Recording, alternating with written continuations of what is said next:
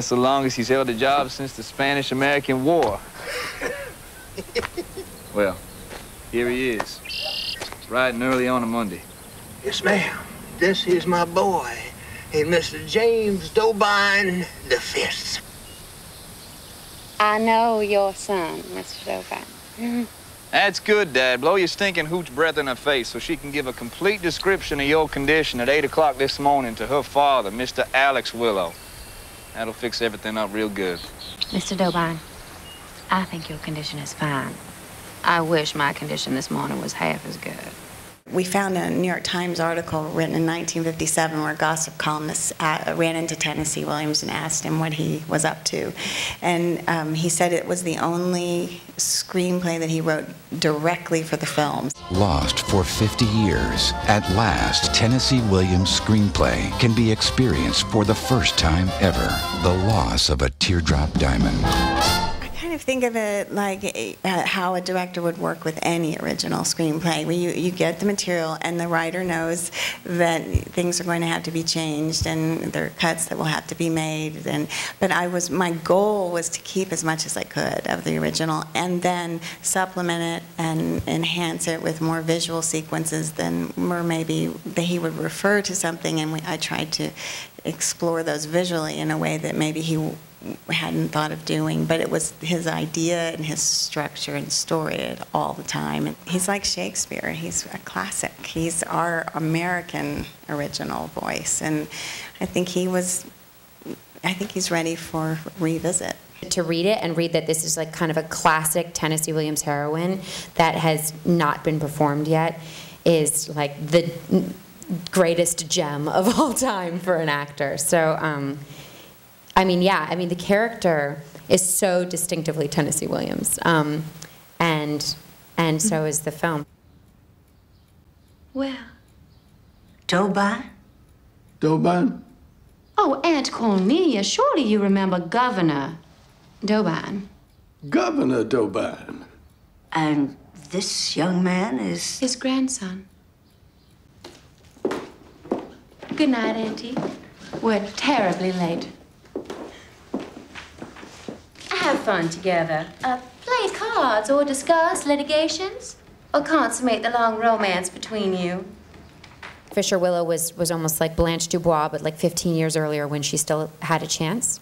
And that it's really this period of time that the film takes place where you're going to see, is she going to lose herself completely, like Blanche Dubois, where she can never come back from sort of this delusion of life? Or is she going to find a way to survive? Why, Caroline. Why, you've got that band that played so divinely at Jesse Struck's. I bet when I walk in, they'll strike up my favorite number. Which is what? One moment. Let me appear.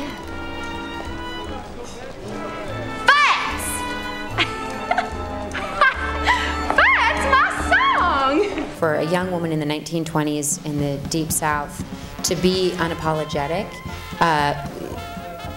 you're going to be an outcast because that's such a provincial Southern society is so appropriate. In truth, she's really, this is someone who perhaps doesn't fit in anywhere because her soul is so is restless and is fractured a bit, and this is, and in this period of this movie, it's, is she going to survive? Because she is truly in jeopardy. Definitely, Williams himself felt out of place in his society, and I think that dealing with his sexuality and also his interest in poetry and surreal structure and that kind of thing, he felt on the outside of the norm. And needing something so badly to make life bearable, I found something. The poppy. The smoke of the burning poppy.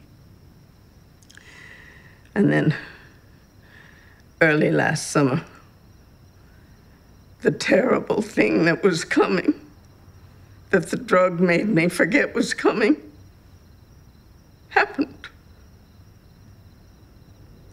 I have the strokes that cause my present condition.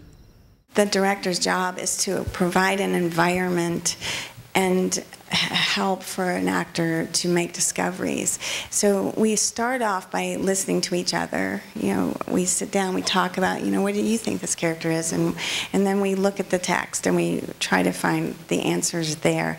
And then I try to have answers for the actors when it's not in the text to help them, but they also come to me and say, you know, I think what happened to her before this scene was this. And so we share. I never tell anyone what to do that way. I want them, you know, to make their own discoveries, because when they make a discovery, when the camera's rolling, that's when it becomes alive. And you feel that in an actor's work.